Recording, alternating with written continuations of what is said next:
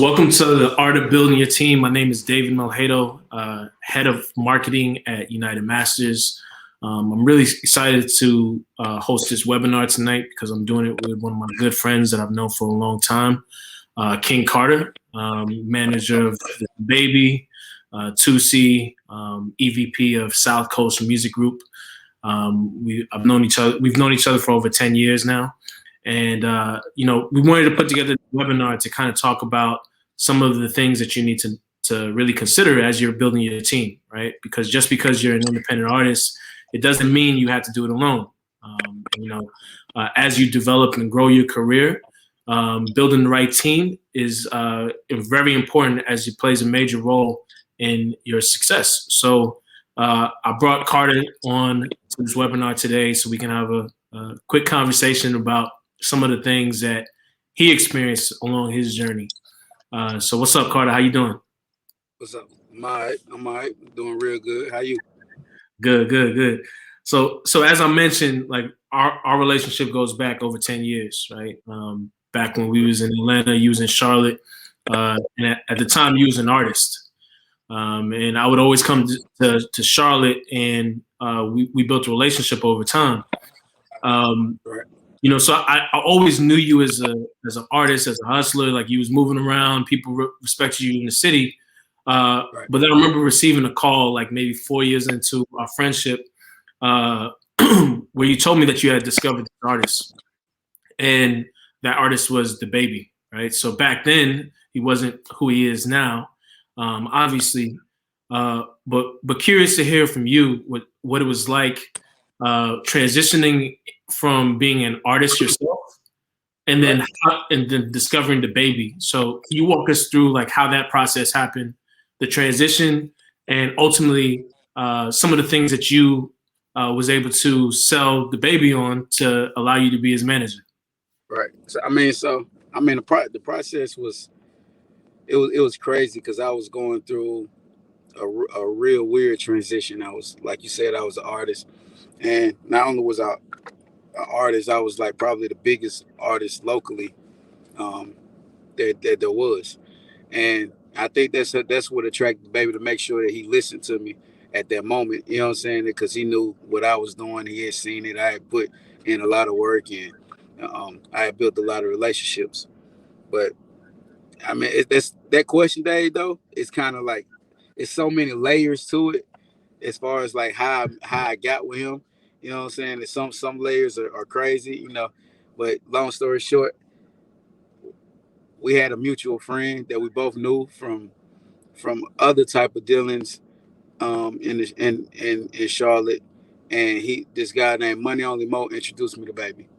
I was rapping at the time, but I had just like quit. I was signed to an independent record label. The guy that I was signed to ended up dying.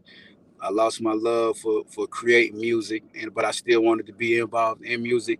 So I had started doing like helping people, like not even really managing. I kind of like fell into it because remember, it was like I called you. And then even then it was like, yo, I got this group, and I want to help them get to that next level. And you came to Charlotte and everything. We talked, we did it, but long story short, those guys ended up going to jail, and one of the guys that they introduced me to was DaBaby. So we just linked, we connected. We I told him about a guy that I knew named Arnold Taylor and me and him had going on. We had been talking about starting a label and doing different things, and it just came to fruition. You know what I'm saying? I introduced Arnold DaBaby. We had a meeting, and the rest is really like history. We just for the longest time it was just us three just running and working. Yeah. And I remember that time when it was just the three of you guys. It was you, Arnold, and DaBaby. You was promoting them heavily. When did you realize that you needed to start to build a team around you guys? When the things became a little bit overwhelming, and like you gotta have a certain type of work ethic. And I'm a hard worker. Everybody around us is hard workers, but when you realize that you just can't do everything, because we was like I was trying to do everything. It didn't matter what. Like I would drive, I would hold the camera, I go collect back ends. I'm booking hotels and flights, and you know what I'm saying, like doing everything. So it's Yeah, like, you was nah, doing it all. hey, it wasn't no set position or no set way that a set thing that I was doing. It was just like whatever we need to do to get the job done. Yeah, Um, using my relationships, calling, trying to make this happen. I was doing everything. So was Arnold. So was John Baby. We was all just doing everything that we could. So when you start realizing that when you are doing everything and you are giving not just 100% but 200%, you got a whole nother 100% for somewhere that you didn't even know you had, and you putting all it into it, and then you realize like, hey, I still need to do more. You like, it's time to delegate. You yeah, know what I'm saying? You start bringing in people to do certain things that we're not experts in. I was holding the camera, but I wasn't the cameraman. You know what I'm saying? Like, yeah, need somebody else to do that. You know what I'm saying? So like, all right, cool. He's a visual artist. We need to paint this story. Let's bring this cameraman in. He bringing people in. It's like, and you just build and you build and you build and you realize like this would be better if I had somebody that was an expert in this. Oh man, we don't know too much about this digital stuff. Like, let's reach out. Let's see who we can talk to, who we can bring in and help us with this and learning and understanding. Oh, we don't know too much about this and that. You know what I'm saying? It just, you'll realize it when you start getting to level. You start seeing what other people, other artists are excelling, and you realize that they have certain things in place, other team members. And when you're getting out the mud, it's a lot of trial and error, and you yeah, find out what you are good at. Like, I'm great at communicating with artists. You know what I'm saying? I'm like, but I'm not as great as in in in administrative work as, say, administrative assistant. You know what I'm saying? Like, I don't. It ain't even that great. It's just I don't like doing it. I'm more of a in the field type of guy. You know what I'm saying? So you start learning your strengths and your weaknesses, and you start replacing that with team members. yeah, That's the way you build a team, when you realize what your strengths are and what your weaknesses are, and accepting it, and not just saying that, not just trying to do everything just because you can do everything, but letting go and trusting other people to do it. That's part of the process. yeah. Now, I mean, you had a lot of gems in that. Like the whole idea of delegation is something that over the years that I've had to learn myself. Right? It's like Right. you want, especially when you're entrepreneurial, right? So Right. when you're entrepreneurial, you're forced at the beginning to kind of do all the jobs. And then as your business is starting to grow, similar to as the success started to grow for DaBaby, right? You had to start to delegate some of those tasks because you knew that you couldn't type all the contracts anymore, right? For shows, you knew that you couldn't be creating the social calendar and reminding John all the time when he had to post, right?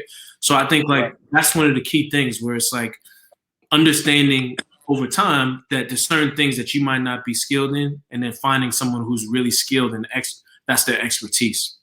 Right. Um, Correct. and I think a lot of times, like as you're growing as an artist, finances is it sometimes can be a lot, right? Because you start reinvesting money from different places. Maybe you're working a job, you reinvesting into your music career, and just simple things like graphic design or videographer, or to have an assistant that can help you organize some of those things. You got to cut them in on the pie, right? So, Yeah. how was it for you guys, and what were some of the ways that you compensated the team or was able to sell the big vision into the team so that way you can kind of move the ship forward? We kind of didn't have anybody on the team that didn't understand and believe. You know what I'm saying? So they had to understand, like, look, you're gonna get taken care of. It's not a lot of liquid right now, but it's coming. And if you believe in it, you know what I'm saying, you can get your money on the back end. And that's how a lot of stuff came. Some stuff we'll just figure it out and hustle up the money and just do a pay by situation. But when you're building a team, they have to believe that everything is, you know what I'm saying? They have to know and believe in what you're doing. Other than that, you don't really want them on your team anyway. If, Yeah, if, if somebody's there just for a check, then that ain't, they got to be their passion. It's got to be something that they want to do and was doing with or without you. You know what I'm saying? And know that they want to further themselves in whatever field they in. So when you building a team, you got to be able to the let them know that it's not about the upfront. It's about the long haul, the long run. Yeah. And those are the best team members. Yeah, that's a really good point. And I remember as DaBaby started having success, I started seeing that it was less and less you and Arnold together because Arnold would start moving around with Toosii, right? And right. So now as you're growing your team and you start bringing on other artists into the movement, you guys separated, like you guys divided and conquered, and was building Toosii at the same time John was on his rise. And I think that was one of the key moments because I saw the team grow for you guys. Now, in that, as your team grows, how important is it for people being focused on the role, right? Because a lot of times people want to jump in and do a lot of different jobs and different tasks. But how important was it understanding, like, this is the role that I'm going to play because it's a position on the team? You said, repeat that last part. You said, how important is it? Yeah, how important is role, like understanding what your role is and staying in your lane in the process because everyone has to play their position. That's the most important thing. Learning how to play a position, knowing how to play a role, accepting your role, and not involving the ego in it. You know what I'm saying? Because everything ain't everything's not glorious. You know what I'm saying? Like I sit on stage with Baby, and if he's sweating, I'm running to take him a towel, and I'm taking him water. You know what I'm saying? Why he's performing. It's everything, because you got to be able to make that artist is what's going to take you to that next level. But you have to make sure that artist is comfortable and can do exactly what they need to do in order to be the best artist that they can be. And so many people will get caught up in and see that certain things and feel like, oh, well, I'm too good for this, or I'm too good to do that. Nah, you got to accept the role and do what you're supposed to do. You got to play you got to play a position. Like, if the position is to if the position is to make sure that this artist is straight, then you have to do that. If your position is to drive, then you got to be the best driver that it is. If your position is to make sure that the DJ is where it needs to DJ, and you got to make sure that you got all the files and everything is right, and you know and you understand the language that he's talking while he's on stage, or he or she, the whatever artist is. You have to make sure that you are the best at what you're doing before you even try to spread into something else. You know what I'm saying? Sometimes people that try to, you could be the jack of all trades and master of none. Yeah. And that's not a good role to be in when you're just all over the place, because you can't give 100% to anything. So yeah, that's real. I remember when I first met you, I was working with Verse Simmons, and my job was to drive. Right? We was doing the whole Chitlin speaking tour, and the reason I was on the trip was because my job was to drive. Right? I was helping out doing other things like promotion and going to the DJ booth to pass out CDs, but my sole role for that first 6 months. Hello, Dave. So you gonna sit there and lie to these people like you with the DJ too? Yeah, I mean, but that was my just being resourceful. Like, they gave me the jump drive and told me to go to the DJ booth, and the DJ didn't want to play the song, so I had to jump into the DJ booth and start playing records, and that's how I became a DJ. Right? And so it was like just being resourceful and always looking for ways to add value. So that's one of the qualities that you should look for when you're building your team. Find young and hungry people who wants to be in the position that you are in, or find the younger version of yourself. Right. And people that just that want to make plays. Like, a lot of people are just, the key to a good team is people that know how to play that line between making plays and not overstepping their boundaries. You can't overstep your boundaries. Yeah. And mess up something, trying to power trip or but you have to try. But you do have need to bring something to the table that nobody else can do. Like, if you somebody that just know this person, and you know that person, you know how to connect dots, then connect those dots, make it happen. Don't sit back and be like, well, nobody told me to do this, or I could have did this after it's all said and done. Like, that's not that I don't like. Me personally, I don't like that on my team, and I know you wouldn't like that on your team. We want people to take initiative, ambition, and ambition and initiative is very, very, very important because when you doing certain things, you can't think of everything, and that's the whole point of having a team. Those are your other brains, those are your other sides, those are the people that's supposed to, can't pick up where you losing the slack, where you got the slack at. Um, and that's very important because like you said, you was coming on the road and your initial job was to help with the driving, but you ended up putting together putting together CDs and promo material for us to pass out. Ended up um, telling me how to do my show. Ended up telling, you know what I'm saying, you ended up DJing, and I'm like, bro, that's a whole different person. Yeah, but, yeah. I mean, but that's the thing. It's like I was focused on trying to learn all the different things, right? So that way I can then figure out what I was passionate about and where I can add the most value. So at first, when I was doing all those things, then I had to start drilling down and start focusing on one or two things and being really good at those things. And that's when I started managing Verse, right? Yep. And, I mean, like the journey's long, right? But you have to be focused and you learn a lot of lessons along the way. So I'm curious, in this journey, like in this 10 years that we've been on this journey, what are some of the biggest, or what was one of the biggest lessons that you learned along the way? To not take anything personal. That was my biggest lesson, is like, you got to understand that this is the music business, not the personal business. Yeah. So and understanding that people are, like, regardless of if it's an artist or not, people are people. Everybody messes up and make mistakes. It's just it's like you got to make sure that they got integrity behind what they're doing, and making sure that they're not being flawed about anything, or lying or doing anything to hurt or deceive the team. You know what I'm saying? So one of my biggest lessons is just making sure that that people are genuine around. Mm-hmm. Yeah. And not taking it I'm sorry, and not taking certain things personal. Yep. Yeah. I mean, that's a big lesson. Yeah, because you got to realize, like, this is business at the end of the day. So you can't take it, internalize it, and make it personal. Yo, this was dope, Carter. I think one of the things that we reasons why we wanted to talk about how to build a team is because we're making it easier for artists to be able to pay their teams, right? A couple of weeks ago, we launched Split Pay, which allows artists to be able to share their royalties with people on their team, right? They can add collaborators. They can add whether it's their photographer, videographer, manager, producers. So, like, our motto is like everybody should eat, right?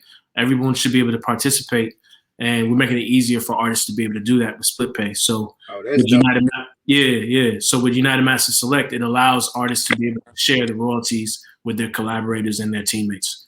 What we wanted to do was open it up for a couple questions.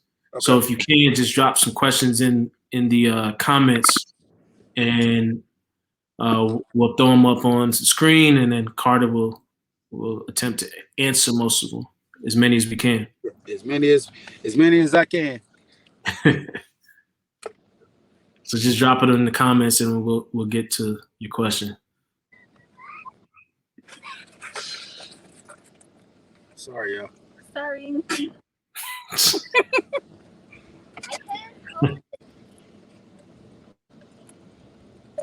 I don't see no questions.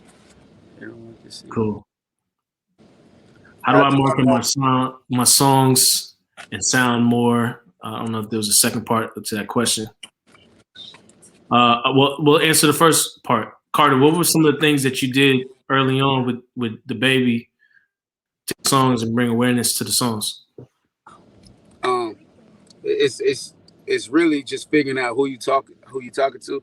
So the biggest thing I always tell any artist, always make sure that you know your audience. So when you know your audience, it's easier to figure out where you need to market it. So if you know that you're talking to 16-year-old kids that stay in this type of environment, or you know what I'm saying, or consume music in this type of way, and you target that place. Like some people are hold on real quick. Now, you my fault, y'all. But you'll make that's my youngin. That's my baby boy back there talking. So my fault. You just make sure that you know who you targeting, so you can shoot it there. Like if you know that your audience is consuming music on World Star and different platforms like that, then you just make sure that you attack those type of platforms. That's the best way to market, instead of just putting music out anywhere and just expecting people to catch it, or using just a platform. And if you got places to go in your town, in your city, and you stay in a city that has a nice population, you get out there in these streets and you market to the people that's right there. You don't sit there and just use the internet. So many people get caught up in just using the internet. That doesn't work for all artists. Some artists do, but that doesn't work for most artists. Yeah, that's dope. I appreciate that. So what's one of, well, I think we just answered this question. What was one of the biggest mistakes that you made in your career? Well, I guess it's a little different. And how did you learn from it? One of the biggest mistakes that I ever made was not trusting my gut on something. And what I learned from it was how to trust my gut the next time. So without putting y'all, because I don't like dwelling on my mistakes. I never take anything, like when I say I took an L on something, it's never a loss, it's a lesson. So I don't never want to dwell on something that I feel like was a lesson, unless it's a lesson that a lesson that some people would consider a loss. So yeah, I definitely know how to trust my gut a little bit more now. Dope. We'll take a couple more questions. What is the most important quality of an artist that you're looking for? This is from Alex Virago. Work ethic. I feel like if you work hard enough, we can catch a record. You can catch a dope record. But if you are a lazy artist, I don't want you nowhere around me. I don't like lazy people, period. Anyway, but you have to be able to. You have to want it more than I want it for you. So many artists get caught up in, oh, I might be with this person. I feel like I got signed, or I'm connected with this person, and think that they done made it, or think that that's all they need to do. Nah, you have to work. You have to work. It's not easy, man. So many people would think, well, really, truthfully, it is easy. It's just applying it and keep doing it. So so many people get caught up and feel like they did this, I did this, and they don't want to work no more. Nah, work hard. You got to keep going, right? And it takes time, because I remember you guys like putting to work for 3 years before anybody knew who you were. Man, what? It takes a lot of time. It takes people thinking you crazy and everything. People gonna think you crazy. They gonna give you 100 reasons on why you didn't blow or what you need to do and everything. But you just gotta stay focused. Never let a win go to your head. Never let a loss go to your heart. Just keep your eye on the prize of where you want to go. Stay focused. Don't look left. Don't look right. Keep that vision and go. You sure you don't still rap, Carter? You still dropping bars and Oh my God. Never let a win go to your head, and never let a loss go to your heart. Hey. Yeah, I definitely don't. Hey, I do not want to be a rapper no more. Everybody keep asking me that. All right, cool. So we'll take 2 more questions. It's Nisi says, how were you able to get DaBaby his first major opening act? Actually, I didn't actually get it. My partner Arnold got him his first major opening act, and that was with our first tour was with Rob Banks.